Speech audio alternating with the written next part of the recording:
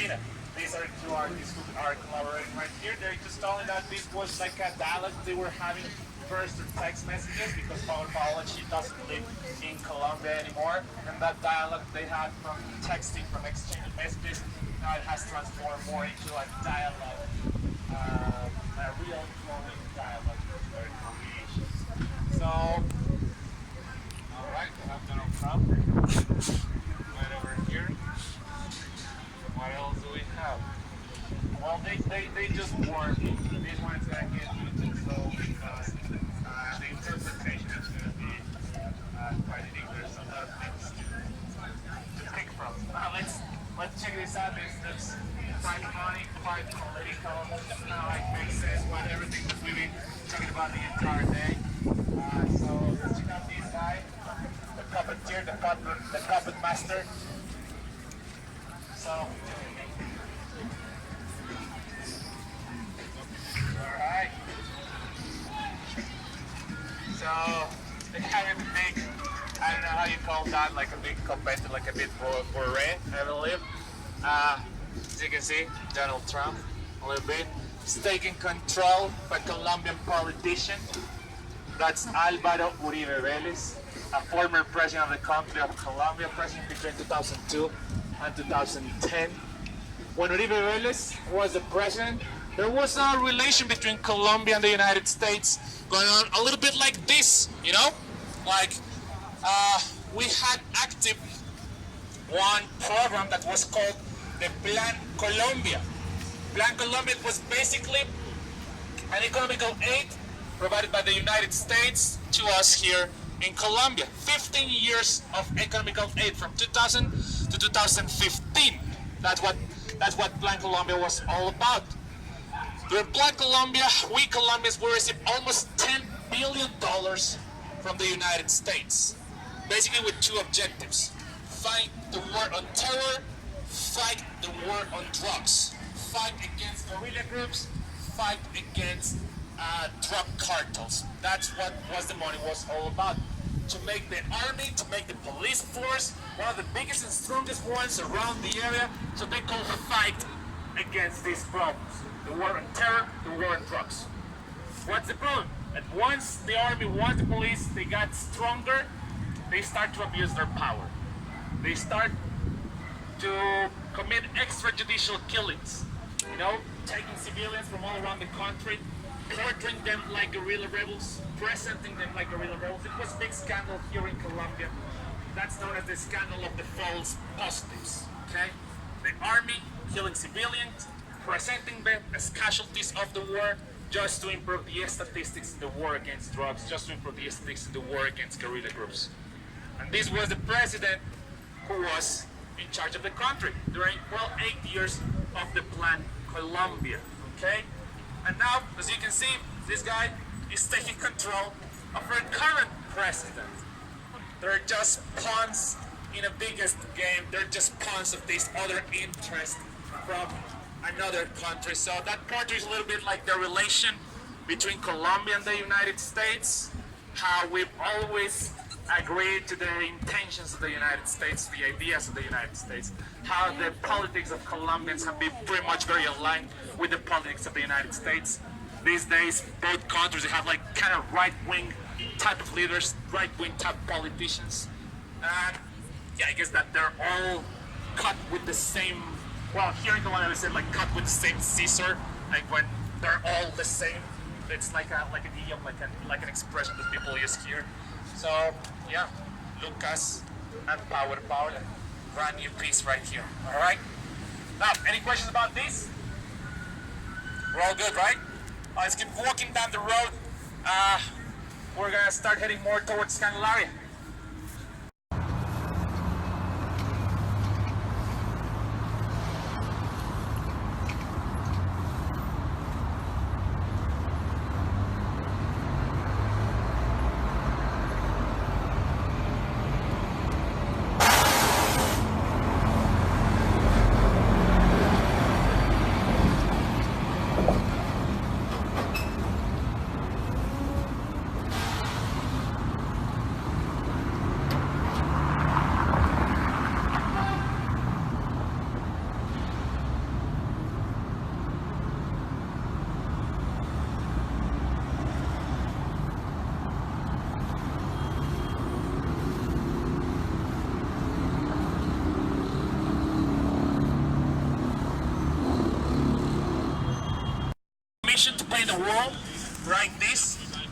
Colombo Americano. It's a language institution. People come here to, well, learn English.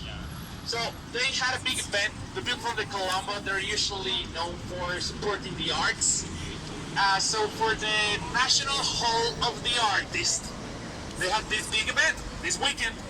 Lucas Ospina and Paola, they were painting a wall like this. They were renewing an old wall that used to be here in the Colombo, but they painted something entirely new. This piece they created, it was a dialogue between the two artists. It came from like texting between these two people, messages that transform into images. So that's what the wall is, what used to be all about, a dialogue. What happened? Some of the images, part of this dialogue, heard some sensitivities around the city of Bogotá. Many people call the wall controversial, and they end up censoring it. So if you pay attention, you can see that there used to be something painted right here. There's just like a thin layer of white right on top of it. So the original wall, it's somewhere underneath all this paint. But when the wall got censored, Lucas and Paola, they said, well, we have to do something about it. We can't lose the wall just like that. So they came here with all these messages. And the messages, they basically are telling us the story of what used to be painted right here. So for instance, the first piece, it says, Tom Sawyer used to be right here with his white brush. He was painting a sign. No, he was covering a sign that said, "Yankee, go home." All right? Now the other one that also caused a little bit of controversy. I love the way these guys put it. There used to be a couple right here discovering themselves. What they're talking about, it's a couple. One character was was practicing oral sex on the other character. So people find that offensive, and they censored it. All right. Now, right down here, there's a few more images that were considered to be like too offensive. Let me show you another one of them. Well, there's a couple of ones that I like right here. This one, I'm not sure you can see. There's like a woman got erased, and it says there used to be a woman, Paris Hilton. This used to be the sign in her t-shirt. Stop being poor. Alright? Just like very satirical, critical things. Humor, it was a big part of this wall, but the people who owned the wall, they didn't think it was funny. They just think it was offensive. So right here, we can see you see this guy? You can see still a little bit of the silhouette. Can you take a guess? Looks a little bit like Trump, right? The hairstyle, like the big twist, the big pompadour right up there. So that was supposed to be Elvis or Trump. Nobody knows because like it was just a silhouette. Trump was the puppet master. He was playing around with little former Colombian president, Álvaro Uribe. And Álvaro Uribe at the same time was the puppet master of our current president, Iván Duque. They're just saying that, well, Colombian politicians or Colombia, it's always been kneeled to the wishes of the United States. I think that it's true that we all know here in Colombia, but apparently the people of the Colombia, they thought putting that in a very graphic and obvious way was too offensive. So the beautiful thing that they managed to create, after all, it was a dialogue, you know? That was the whole idea at the beginning. A dialogue between Paola and Lucas Ospina. But they created a dialogue between the artist and the people from the Colombo. So we came here, you paint, we painted, these guys censor us, and now we're coming back with another message. We just have to wait and see what's going to happen next.